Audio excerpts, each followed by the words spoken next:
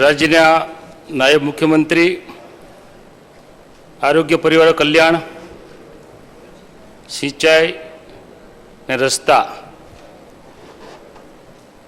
જાહેર જનતાને સારા આરોગ્યની પણ જરૂર પડે, ખેડૂતોને પીવાના પાણીની પણ જરૂર પડે, સિંચાઈના પાણીની પણ જરૂર પડે ને સારા રસ્તાની પણ જરૂર પડે.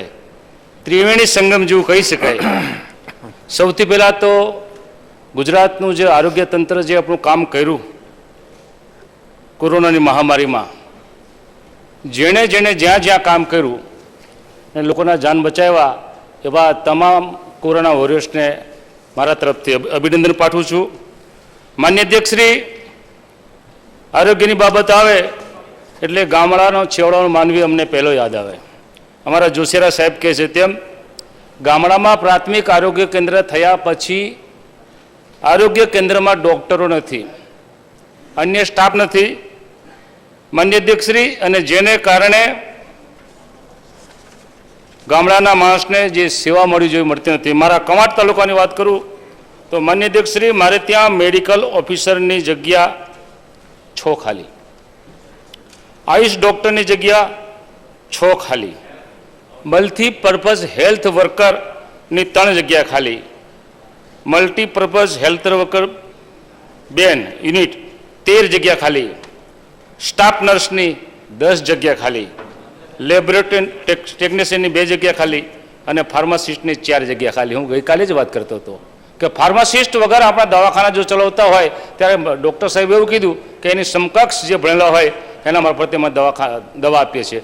મારી પુનઃ રિક્વેસ્ટ છે કે આદિવાસી વિસ્તારમાં જો તમે અન્ય સ્ટાફ મારફતે દવા આપતા હોય તો ફાર્માસિસ્ટને જે કોર્સ કરવાનો હોય છે એવો ખર્ચ સરકારના ખર્ચે કરાવીને એને ટ્રેનિંગ આપીને આદિવાસીને દવાનું વિતરણ કરવું જોઈએ. માન્ય અધ્યક્ષશ્રી, અમારી છોટાઉદેપુરની હોસ્પિટલમાં ક્લાસ 1ની જગ્યા ખાલી, ઓર્થોપેડિક ડૉક્ટરની જગ્યા ખાલી, ગાયનિકની જગ્યા ખાલી.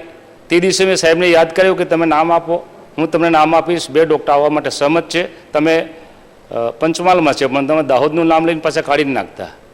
પાછું તમારા ગવર્મેન્ટનું કંઈ રિસ્ટ્રિક્શન છે કે દાહોદમાંથી કોઈકને ઊંચકવાનું નહીં. માન્ય અધ્યક્ષશ્રી, એટલે અમારા આદિવાસી વિસ્તારમાં જે આવવા માંગતા હોય એવા ડૉક્ટરોને મૂકવો જોઈએ. હું સમજુ છું ત્યાં સુધી વડોદરા ખાતેની એસએસજી, જમનાબાઈ અને ગોત્રી આ 3 દવાખાનામાં આખા રાજ્યના આદિવાસી વિસ્તારના, મધ્યપ્રદેશના પણ ખરા, મહારાષ્ટ્રના પણ ખરા, એવા દર્દીઓ જ્યારે સારવાર લેતા હોય, આદિવાસીઓના એ મંદિર સમાન છે આ દવાખાના. અને આ દવાખાનામાં જે સગવડતા ઊભી કરવાની થાય એ થઈ નથી. ભલે રાજ્યના મુખ્યમંત્રી એમ્સ હોસ્પિટલ લઈ ગયા રાજકોટ, પણ રાજકોટ જેવી સગવડતા અમારા 3 દવાખાનામાં સાહેબ તમારું પણ લાગે, જમનાબાઈ લાગે, આપણું એસએસજી લાગે ને ગોત્રી લાગે. તમારા બધાના સહકારથી, અમારા સુખડિયા સાહેબ નથી અત્યારે, સુખડિયા સાહેબના સહકારથી આપણા વડોદરામાં દવાખાનાની સગવડતા વધે એવું આપણે ઈચ્છીએ છીએ. માન્ય અધ્યક્ષશ્રી, મારે ત્યાં દીપક ફાઉન્ડેશન ટ્રસ્ટ એમણે સારી કામગીરી કરે છે. જબુગામમાં સામૂહિક આરોગ્ય કેન્દ્ર ચલાવે છે સરકાર સાથે મળીને કરીને. સાહેબ, છેલ્લા 2 વર્ષમાં પૈસા જે આપવા જોઈએ, ગ્રાન્ટ આપવી જોઈએ, એ ગ્રાન્ટ અપાઈ નથી. અને 2020-21માં તો એને ગ્રાન્ટ જ નથી આપી. 23 જેટલા કર્મચારીઓને છૂટા કર્યા છે. અત્યારે 23 જેટલા કર્મચારીઓને છૂટા કર્યા છે. અને કર્મચારીઓને જો છૂટા કર્યા હોય તો ત્યાં જે સારવાર લેવા આવતા દર્દીઓની શું હાલત હશે એ આપણે વિચારવું. માન્ય અધ્યક્ષશ્રી, અમારું કવાંટનું પ્રાથમિક સામૂહિક આરોગ્ય કેન્દ્ર અને સામૂહિક આરોગ્ય કેન્દ્રમાં આપનું પ્રવચન પૂરું થાય છે, બાકી રહેશે સાહેબ.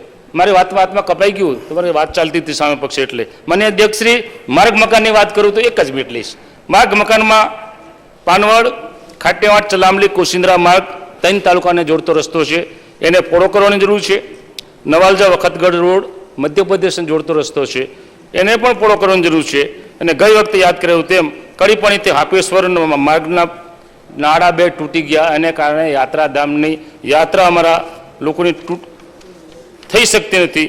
આ 3 નાળા થઈ જાય તો એવું લોકો ઈચ્છે છે. માન્ય વલ્લભભાઈ કાકડિયા.